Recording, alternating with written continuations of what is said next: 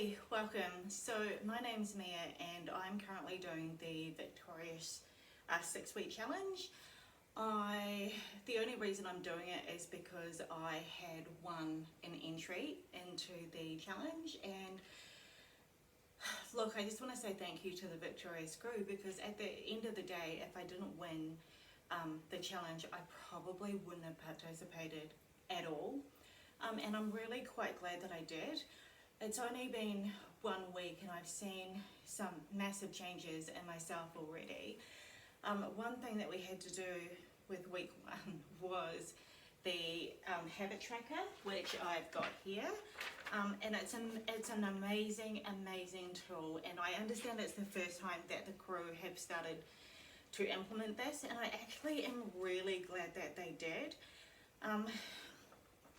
These habits have been, they look quite easy just on a piece of paper, but they're actually not.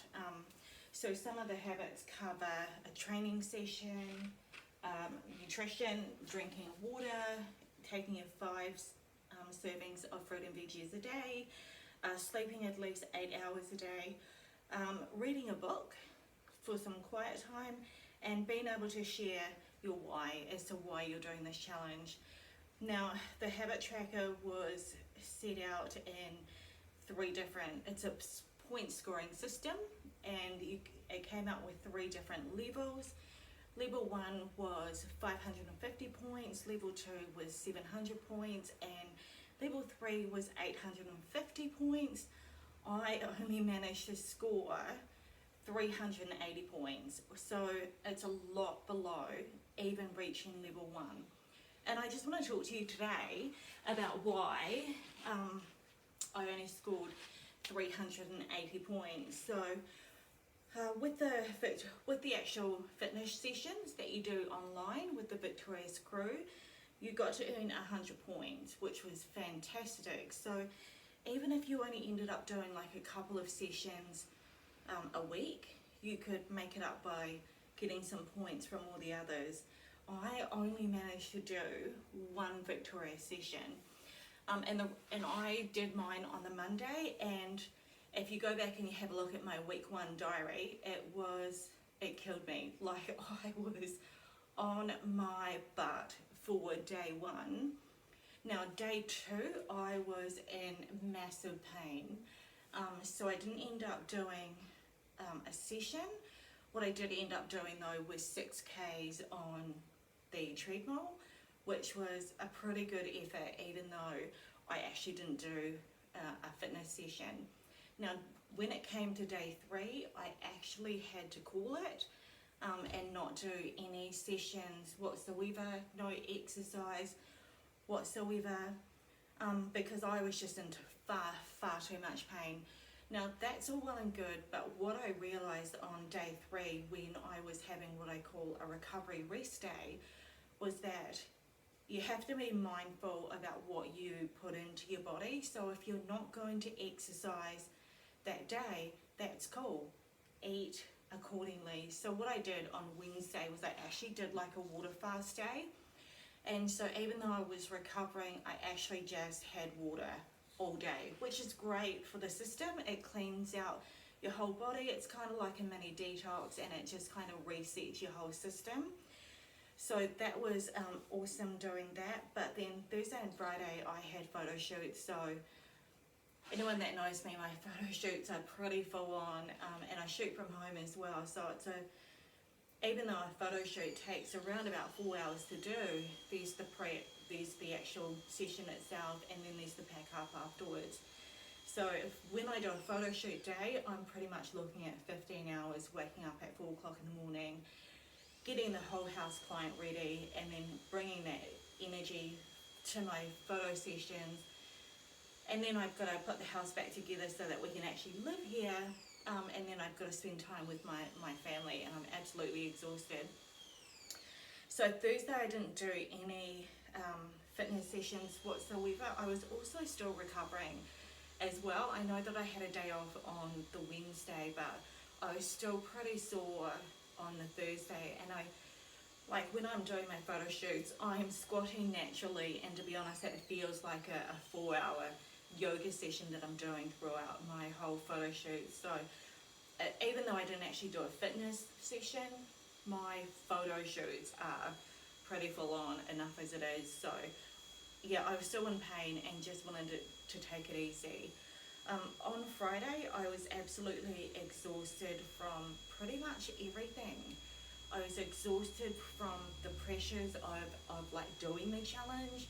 I was exhausted from my work that I do. There's so much involved with what I do as a photographer, and I was just exhausted with some personal family stuff that had been going on as well. So even though I was actually doing some work and stuck at my desk all day, Friday I didn't actually do any fitness, full stop. Saturday I didn't, it was pretty much my day off altogether. I didn't do any fitness at all.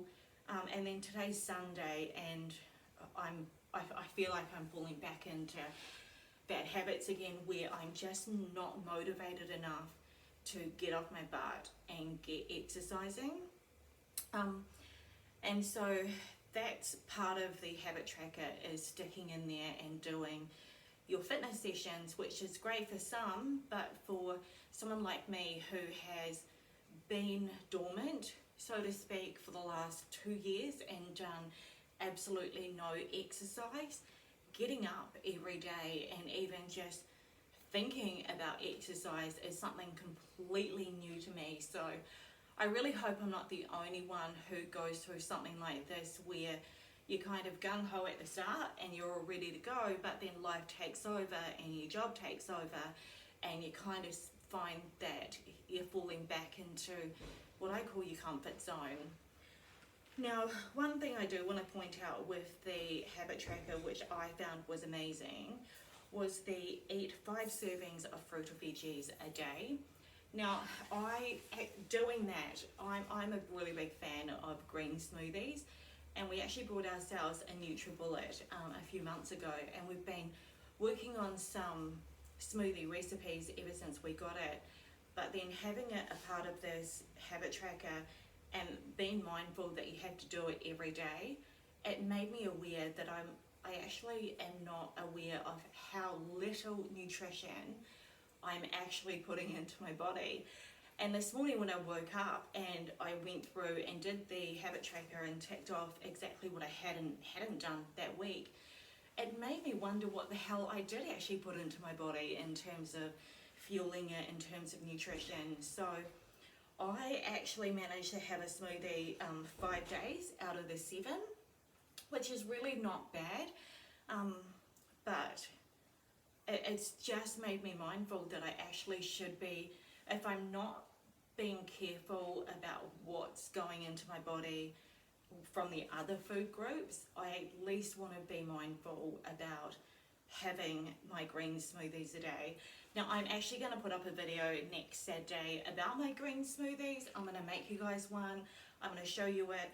I actually hated smoothies with a passion. I even hated drinking water.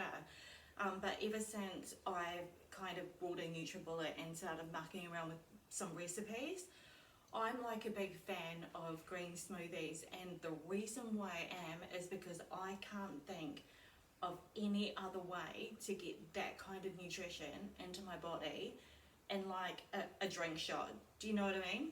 Like, I hate broccoli with a passion, and you'd never find it in my fridge. But ever since I started doing green smoothies, I realized if I put broccoli into my smoothie, I don't even taste it. I don't taste it, I don't even know about it. So because I get to consume broccoli in that way, it just, I'm a huge believer in green smoothies. So let me give you the recipe next week. Let me show you how to make one. And you might actually come to enjoy them yourself too. Now, one of the habits was drinking water, at least 3 litres of water a day. I actually can't do that. I hate water, and I've tried everything under the sun to see if I could actually like water, and there's nothing. I hate it. I've tried putting lemon in my water, I've tried putting ice in my water, I've tried mixing it with those tea bag things that you get from the supermarket now. I think they're called fusion tea bags. No, I just don't like it, full stop. So pretty much the only time I'm drinking water is when I'm working out. And I would probably go through about 500 litres of water, no, 500 millimetres of water every half a workout. So I'm really drinking a litre of water each workout. And I am noticing that I'm starting to drink about another extra 500 mils of water when I'm not working out. So I really need to make a conscious effort to get that water into my body. One thing I do when I talk about with the habit and the habit tracking that we got given was the 8 hours sleep a day. Now on day one, oh my goodness, I slept like a baby, and that's probably because it was the first time I'd ever done a workout session in the whole 2 years that I've been unfed. So I think that's the whole reason I slept for the whole 8 hours. Now anyone that knows me knows for a fact I pretty much don't sleep, but because I'm so busy with all my businesses that I'm involved in. But having said that, I look exhausted as well. It shows. You can tell I'm not getting much sleep, and I'm pretty much just running on caffeine. But one thing I wanted to say about the 8 hours requirement today is I felt that 6 hours would have been better. Over this course of the week, I did make a conscious effort to actually get to bed early, which early to me is like anywhere between 10 o'clock at night and midnight. And then I'd probably get up at about 6.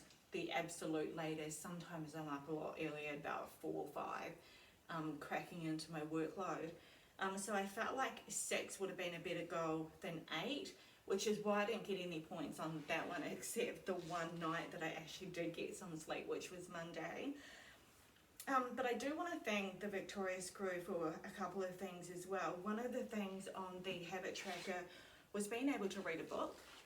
Now, I'm a massive book lover, and I consume these books like it's just water. I can go through a whole book in a couple of days. But ever since 2 years ago when I quit my job, I haven't done anything that I love. I've just been chained at my desk. I've just been hustling this entrepreneurial lifestyle and just pretty much chasing the money. At the end of the day, my motto is that if it doesn't make me money, I'm not interested in it, I'm not committed to it. So 80% of my day is spent doing product producing activities. So I haven't been committed to anything else that actually brings me pleasure, and reading books actually brings me massive pleasure. Now during the week, I only managed to pick up my book 3 times to read it. So I ended up only reading like 90 pages of the book, but oh my goodness, just taking that, I think it took me about 15 minutes to read 30 pages, but just taking that time out to myself while I was having a cup of tea and just quickly reading, getting immersed into this world, it felt like the best thing ever, and it was just something I hadn't done in such a long time. So I just want to say thanks to the Victorious Crew for introducing back into my life something I had been purely missing, and something that I now need to really start making an effort to do, which is working on a work-life balance. So one thing that you had to also do on this habit tracker is you needed to state your why, which kind of stumped me, because I'm like, look, I don't really do anything unless it affects my bottom line. So being able to channel my why into something personal actually ended up being a really hard exercise for me to do. I ended up doing it, and the whole reason why I'm doing this challenge is because I'm completely over it. Being a winner of this challenge, it was kind of like, well, okay, that kind of means I really have to do it. So it kind of, I had to switch. I had to switch my life from thinking about business to personal. What do I want now? You know, what does my life look like now that I have the income to be able to afford a lifestyle that I want? And so it's just been a massive wake-up call to be able to do this challenge, and I can't believe that we are only like 1 week in. Like, this is week 1. Here's a couple of things that I've learned from week 1. 1, even if you're sore from exercising, do something every day, even if it's something just low impact, even if it's just something like going for a walk around your neighborhood. Put your shoes on, and even though your body is screaming at you, put your shoes on, get up every day, and then just go for that walk. Take the dog for a walk, take the kids for a walk, just get out there and do something that's low impact, even though you're hurting. The second thing, the second tip that I'm taking away from week 1 is I'm now fully aware that I'm not giving my body the fuel that it actually needs to carry out everything my body needs to do on a daily basis. So I'm really looking forward to the end of this 6 weeks, how even if I haven't lost the weight, I'm really looking forward to seeing how these nutrition changes have come into effect and come to fruition. And the other big thing that I've got out of week 1 is that the Facebook group that comes with being a part of the challenge is they are so supportive. I see people smashing out their goals. I see them putting up their accountability. I see them talking about their struggles. And if you got any, and the Victorious crew are so present in this Facebook group that if you've got anything going on, don't be afraid to pop in there any of your fears, any of your concerns, anything that you want clarified. There is always someone there that's able to support you and help you through whatever you're going through. I think the big part of the Facebook group that I'm getting a really big kick out of is seeing people be so vulnerable. It's not easy putting yourself out there on social media and going, look at my body in tights, you know, tight pants and tight singlet. It doesn't look that great. You know, it doesn't look pretty, but the fact that they're putting their vulnerabilities on the line and actually being real is just so amazing to see when we we just live in this society where we are driven by looks and consumer glamourism, and it just drove me nuts. Anyway, I just wanted to say that's week 1. I haven't hit the goals that were set by the Victorious team. Do I feel bad about it? Heck no. It just means that I've now got more fuel and I've got more facts as to where I need to concentrate my efforts on for week 2. Do I feel like I'm gonna fall off the wagon and jump back into my old lifestyle? No. I mean, just because I only exercise 1 day a week last week, it means this week I've got to try and do 2. Does it mean that because I'm not drinking 3 litres of water a day, I'm not good enough to do this challenge? No, not at all.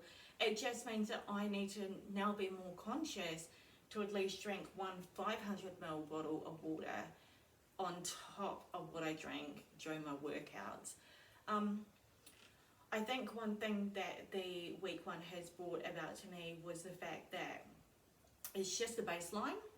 So it doesn't matter whether you smashed out the challenge this week or whether you fell short of it big time. You really need to take it as a baseline. It's just giving you facts. It's giving you information as to where you're at now and what you need to concentrate on next week. And that's exactly what I've done. I've gone ahead and I've looked at my tracker and I've gone, right, I've fallen short there. Setting this kind of goal is too big. I can't do 7 Victoria sessions in a week, but can I be present and do 2? Maybe I need to space them out and do 1 on a Monday and 1 on a Friday so that I've got that recovery time in between. So it's just being smart about taking these facts from the habit tracker and being smart about how you approach the following week. Because I'm quite certain, and I've already got it in my head, that I can actually see the big picture. You're going to get better and better because you're becoming more and more aware. The facts are right in front of your face. You can't ignore them. But because you're becoming more and more aware of where your weaknesses lie. You've got more, it's more conscious in your brain about what you should be keeping a note of and being aware of. So don't, like, if you're like me and you're not hitting your targets on this challenge, don't let it deter you. It's giving you information as to where you need to just tighten up, strengthen up, and it's the same with your body.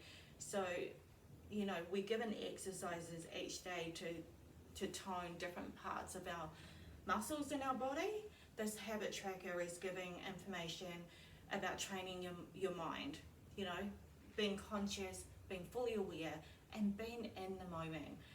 So that was week 1, an epic fail on my part, but I turned up every day and did my accountability. I was conscious and about what I was doing and how I was living my life. I was fully aware of why I wasn't exercising, and at the same time thinking about what I can do in my personal life to put that in place to make it better. So I hope you do get a chance to come on board and do this Victoria's challenge the next time that they hold it. It's something I would absolutely scream to the world about. But yeah, thanks for listening, and thanks Victoria's crew for giving me this opportunity. Cheers.